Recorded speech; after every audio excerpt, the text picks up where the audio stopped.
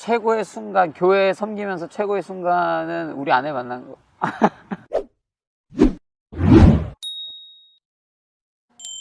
안녕하세요. 반갑습니다. 제 소개를 하자면 지난 9년 동안 홀리 임팩트를 섬기고 또 뉴저존 누리교회를 섬겼던 정용환 목사라고 소개하는 것이 가장 맞을 것 같습니다. 저는 개인적으로는 초등학교 2학년 때 장래희망을 써낼 때 처음으로 이제 목사 이렇게 써서 냈다. 그리고 나서 캐나다 유학을 갈 수 있는 기회가 있었어요. 그래서 매일같이 기도하던 중에 하나님이 그때 주셨던 말씀이 있어요. 고린도후서 5장 17절 말씀.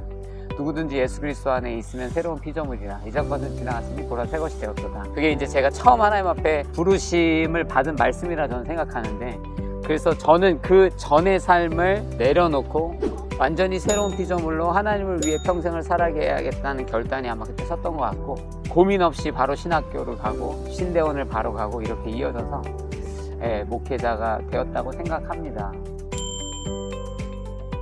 중요한 거 3가지. 제가 개인적으로 생각하는 것 중에 하나는 자원하는 마음이에요. 하나님의 일은 어쩌면 처음에는 누군가 불 붙여주는 게 필요할 수도 있어요. 같이 하자.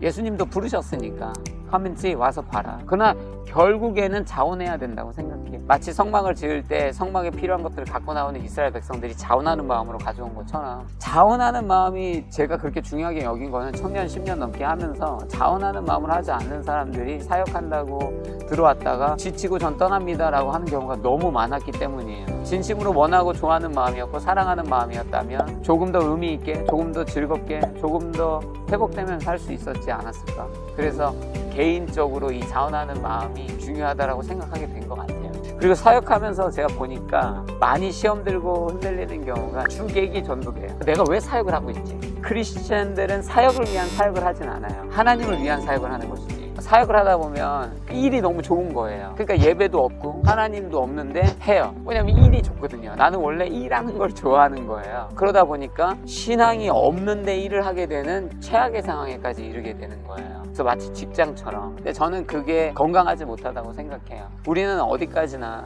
주를 위해 일을 하는 것이다. 하나님을 상실하여서 일하는 것은 하나님께서 그렇게 기뻐하시는 일이 아닐 거다라고 생각하기 때문에, 하나님을 어디에서도 찾을 수 없다면 잠시 멈춰서서 살펴보는 게 중요하다. 섬기되 주객이 전도되지 않도록 예수 그리스도를 위함이라는 것을 절대 잊지 않았으면 좋겠다. 3번째는 사람입니다. 이왕 믿음의 가족이고 함께 사역한다 그러면 건강한 관계, 사랑하는 관계들을 형성해 가면 좋겠다. 마태복음 16장 16절 이하 말씀인데요. 이게 제가 받은 말씀이에요. 2010년 양재 온누리교회 새벽 2부를 인도를 마치고 기도하는데, 주는 그리스도시요 살아계신 하나님의 아들입니다를 베드로가 고백하는 말씀인데 당황했어요. 불편했다 그래야 될까? 주는 그리스도시요 살아계신 하나님의 아들입니다. 신앙 고백인데, 아니 지금 목회자 섬기고 있는데 신앙 고백이 웬 말이에요? 내가 하나님 안 믿는 것도 아니고 이거 잘못 주셨나? 아니 내가 잘못 깨달았나? 근데 내가 사꾼이라고 말씀하시나? 이런 생각을 했어요. 신앙 고백 제대로 해.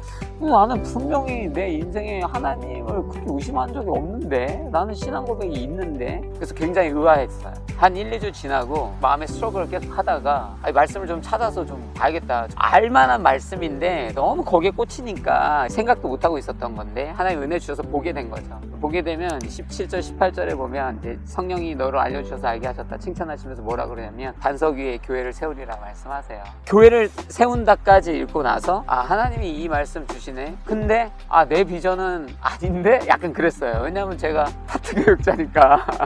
근데 12년이 지나고 어느 날 많은 이제 비전 가운데 다음 시즌을 고민할 때 하나님이 12년 전에 주셨던 이 말씀을 다시금 깨닫게 하시고 교회 개척이라고 하는 부르심을 주셨어요.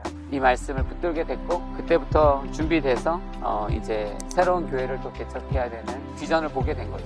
초반에는 그 고린도후서 5장 17절의 말씀으로 이전 것을 온전히 버리고 새로운 하나님의 피조물로 목회자로 구분되고 섬기는 시즌이었다면, 이 말씀 받은 이후로는 목회적으로 훈련받았고, 그리고 이제는 이 교회를 하나님께서 개척하실 텐데 거기에 도구로 부르신다 생각해요. 당분간 이게 또 10년이 되든 20년이 되든 30년이 되든 또 다음 시즌으로 부르실 때까지 이 말씀이 저에게는 영적 좌표 나침판이 돼서 아마 살아가게 되지 않을까 생각합니다. 그냥 마지막 할 말 있으세요?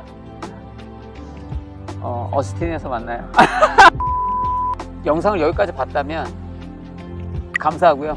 사랑하고 축복하고요. 저는 비전을 쫓아서 움직이는 사람이 되고자 했어요. 항상 한국에서 캐나다로 갈 수 있었고, 캐나다에서 다시 한국으로, 한국에서 다시 미국으로. 제 인생은 특별하게 그 모든 순간에 하나님이 먼저 깃발을 꼽아 주셨어요. 캐나다도 제가 꺼낸 얘기가 아니고, 한국으로 돌아오는 것도, 미국으로 오는 것도, 개척을 하는 것도 단 한 번도 제가 먼저 얘기를 꺼내거나 깃발을 꽂은 적은 없었어요. 그러나 하나님이 꼽아주시고 깨닫게 하시면 뒤돌아보지 않았다고 생각해요. 이런 장황한 얘기로 마무리하는 것은, 저는 여러분도 누가 됐든지 간에 그렇게 사셨으면 좋겠어요. 여러분도 하나님이 부르시는 영역이 있겠죠. 회사에서든 가정에서든 교회에서든 비전 보고 가셨으면 좋겠어요. 인도하시는 대로. 내 욕심도 있고 사회적 이야기들도 있고 기대도 있겠지만, 할 수만 있다면 주의 뜻을 쫓아. 우리가 아무리 오래 살아봐야 80년 100년이고 결국 하나님 보러 가는 거니까, 이왕이면 주를 위해 사는 것이 당연히 맞는 것이다. 주를 위해 함께 뛰십시다. 여러분의 영역에서, 저는 저의 영역에서 또 함께 만나 동역할 때도 있을 거고요. 만나 기쁨을 나눌 수 있는 시간들이 있을 거라 생각합니다. 사랑하고 축복하고 응원하고 기도하겠습니다. 감사합니다.